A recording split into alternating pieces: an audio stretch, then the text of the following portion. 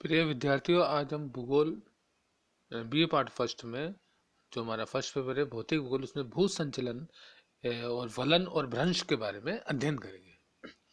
भूतल पर हर क्षण परिवर्तन होते रहते हैं। परिवर्तन प्रकृति का नियम है। ये परिवर्तन पृथ्वी तल पर अंतर्जात एवं बहिर्जात बलों द्वारा होते हैं। अंतर्जात बल पृथ्वी तल पर असमानताओं को सृजित करते हैं, जबकि बहिर्जात बल समतल स्थापक बल कहलाते हैं। स्थल रूपों को प्रभावित करने वाले बलों को हम निम्न प्रकार से विभाजित कर सकते हैं, जैसा कि तालिका में आप दिखाएंगे। अंतर्जात बलों को जैसे कि ये बल है अंतर्जात, एंडोजेनेटिक और एक्सोजेनेटिक बहिर्जात बल।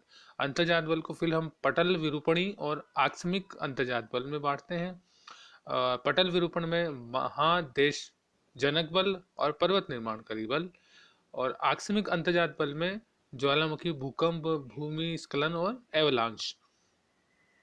महादेशजनक बल में ऊपरमुखी बल और अधोमुखी, और पर्वत निर्माण बल में तनाव और संपीड़न। फिर तनाव में आता है भूपटल विभंग और चटकन और भ्रंशन, और संपीड़न में आता है भूपटल बंकन या मुड़ना और सैवलन और वलन। सैवलन में उत्सैवलन और अवसैवलन आता है। और इसमें बहिर्जात में अनाच्छादन में अपक्षय और अपर्दन। अपर्दन में जो अपर्दन बहते हुए जल से भी होता है, पवन से, हिमनद, सागरीय तरंग और परिहिमानी से भी होता है। अब हम सबसे पहले पढ़ेंगे पटल विरूपण। ये अत्यंत महत्वपूर्ण तथा शक्तिशाली होता है। यह बल धीमी गति से दीर्घ अवधि तक कार्य करता है, अतः इसका प्रभाव हजारों वर्षों बाद परिलक्षित होता है। धरातल के नीचे क्रियाशील यह बल विवर्तनिक शक्तियों के नाम से जाना जाता है। दो भागों में बांट सकते हैं। महाद्वीपीय निर्माणकारी, इस बल को महाद्वीपीय संचलन बल भी कहते हैं। इससे महाद्वीपों का ऊर्ध्वाधर उत्थान तथा निम्नवत पतन होता है। इसके प्रभाव समुद्र तट पर विशेष रूप से दृष्टिगोचर होते हैं, जहाँ तटवर्ती भूमि जलमग्न होती है। और इसकी दिशा के आधार पर दो भागों में ऊर्ध्वगामी अपवार्ड तथा अधोगामी डाउनवार्ड। दूसरा है पर्वत निर्माणकारी बल। यह भूपटल पर क्षैतिज दिशा में कार्य करता है, और यह बल दो रूपों में कार्य करता है। जब बल दो विपरीत दिशाओं में कार्य करता है तो उससे तनाव उत्पन्न होता है, जिसे तनाव मूलक कहते हैं। तनाव के कारण भूपटल पर भ्रंश, फॉल्ट, दरार, फ्रैक्चर और चटकने, क्रैक पड़ जाती है। जब बल आमने सामने होता है तो संपीड़न होता है, इसे संपीड़नात्मक बल होते हैं, और जिससे वलन और सैवलन पड़ जाते हैं। भूपटल पर उच्चावच के निर्माण में पर्वत निर्माणकारी संचलन बहुत महत्वपूर्ण है।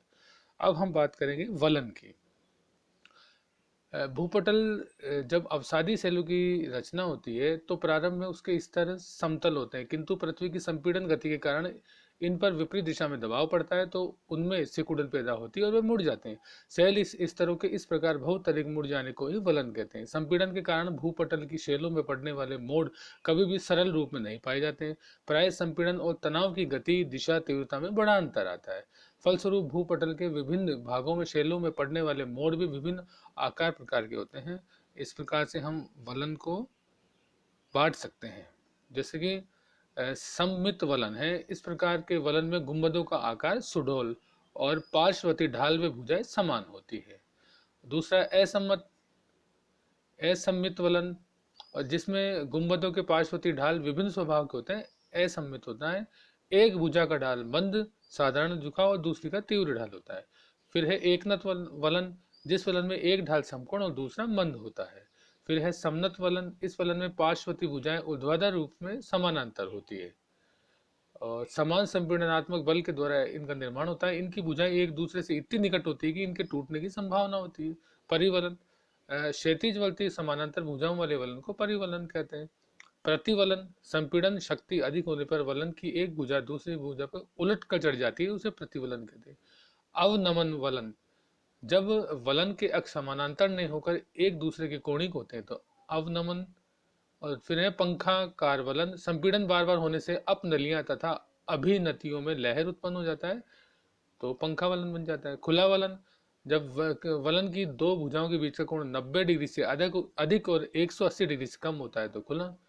और बंद वलन, जब वलन की दोनों भुजाओं के बीच 90 डिग्री से कम होता है तो बंद वलन कहलाता है। अब हम बात करेंगे भ्रंश की।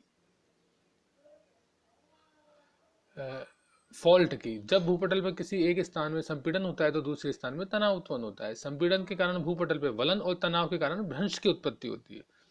जब किसी क्षेत्र में कार्यशील उद्रग बल हॉरिजॉन्टल स्ट्रेस में अंतर होता है तो भ्रंशन का निर्माण होता है और ज्यादा होने पे टूट जाती हैं चट्टानें।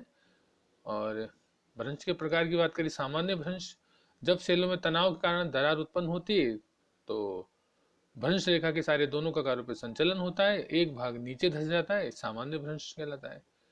इसमें प्राय भ्रंश के दोनों किनारे विपरीत दिशा में खिसक जाते हैं। व्युत्क्रम भ्रंश, जब सामान्य भ्रंश के विपरीत जब भूखंड में दरार पड़ने पर दोनों स्थल एक दूसरे की ओर खिसकते हैं तो भ्रंश स्थल के ऊपर वाला भूखंड निचले भूखंड के ऊपर चढ़ जाता है तो इसे व्युत्क्रम भ्रंश कहते हैं। नतिलंबी भ्रंश, बहुत कम ऊंचे कगार वाले भ्रंश जिसका निर्माण क्षैतिज संचलन द्वारा होता है उसे नतिलंब कहते हैं। इसके बाद है सोपानी भ्रंश। सोपानी, जब चट्टानों पर समानांतर भ्रंश रेखाओं का निर्माण होता है तथा क्षैतिज संचलन होता है तब एक के बाद एक खंड नीचे धंसता जाता है जिससे सोपानी भ्रंश का निर्माण होता है।